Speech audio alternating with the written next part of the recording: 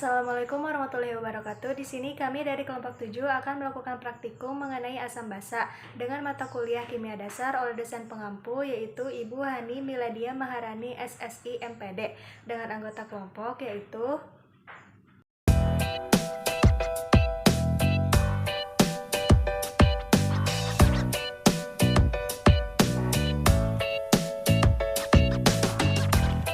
dan saya sendiri yaitu Datu Syahada dengan NIM 201101080009.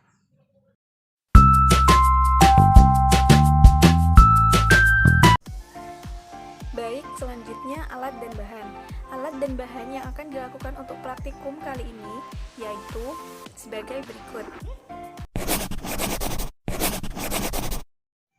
Pertama-tama, siapkan terlebih dahulu wadah plastik atau gelas plastik yang telah diberi label atau nama pada setiap gelasnya. Selanjutnya, pH universal, lalu air deterjen, air sabun, H2O atau air, glukosa atau gula, NaCl atau garam, air jeruk, dan yang terakhir asam cuka.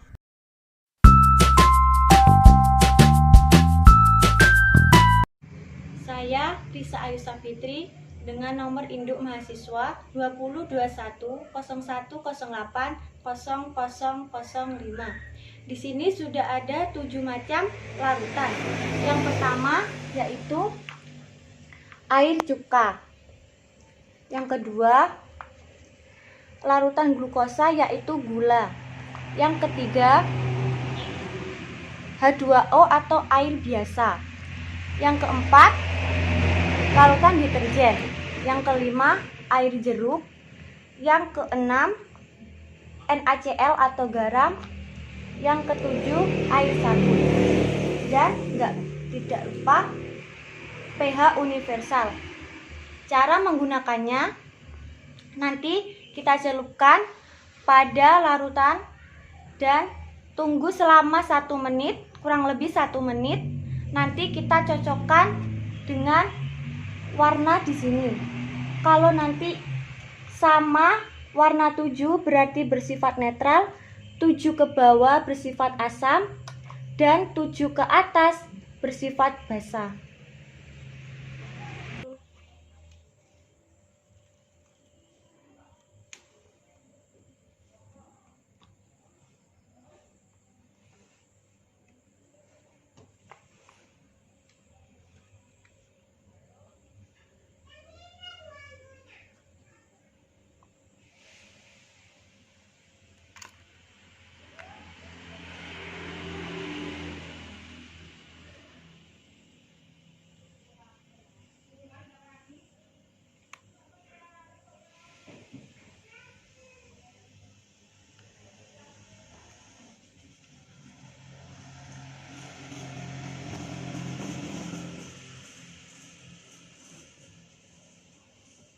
Patenis ya.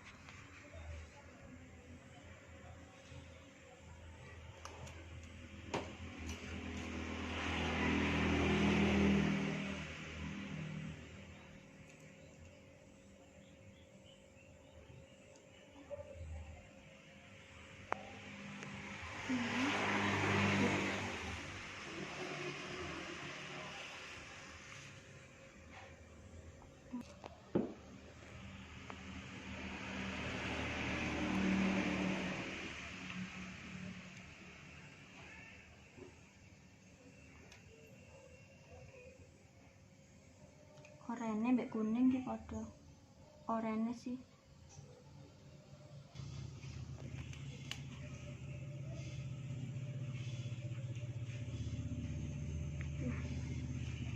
Atau asam iki.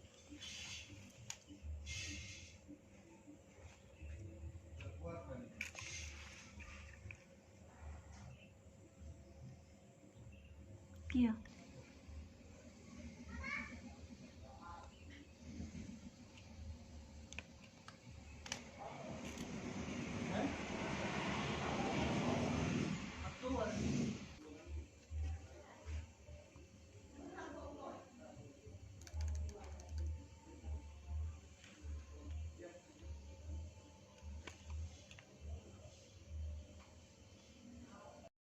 percobaan praktikum tadi, asam cuka bersifat asam,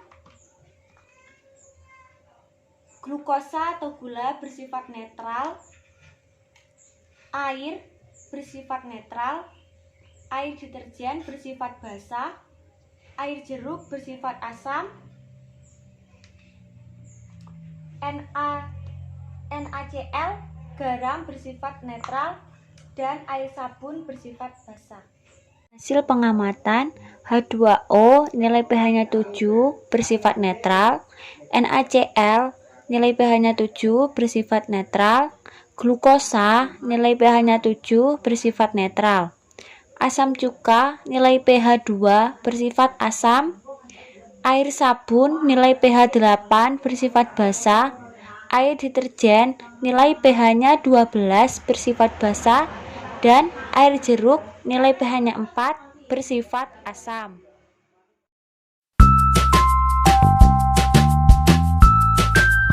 Assalamualaikum warahmatullahi wabarakatuh. Perkenalkan, nama saya Ahmad Yusril Ubaidillah, NIM 201101080006. Saya di sini akan membahas tentang asam dan basa. Asam merupakan zat yang memiliki sifat-sifat yang spesifik.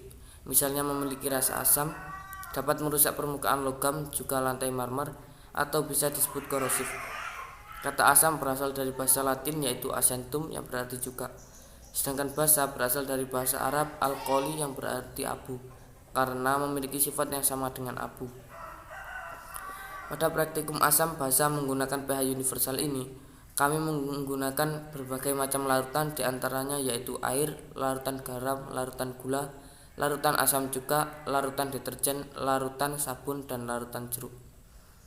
Dari praktikum ini bisa kita ketahui bahwa pada larutan air, garam, gula menghasilkan pH 7 dengan sifat netral, sedangkan pada larutan asam cuka dan larutan air jeruk menghasilkan pH 2 dan 4 dengan sifat asam, dan pada larutan sabun dan deterjen menghasilkan nilai pH 8 dan 12 dengan sifat basa.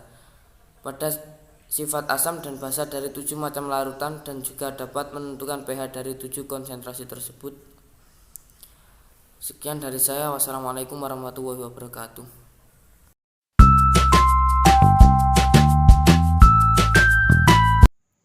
Berdasarkan percobaan yang telah kami lakukan, maka dapat disimpulkan bahwa larutan asam adalah larutan yang memiliki pH kurang dari 7.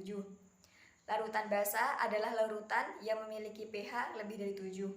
Sedangkan larutan yang memiliki pH sama dengan 7 disebut dengan larutan netral.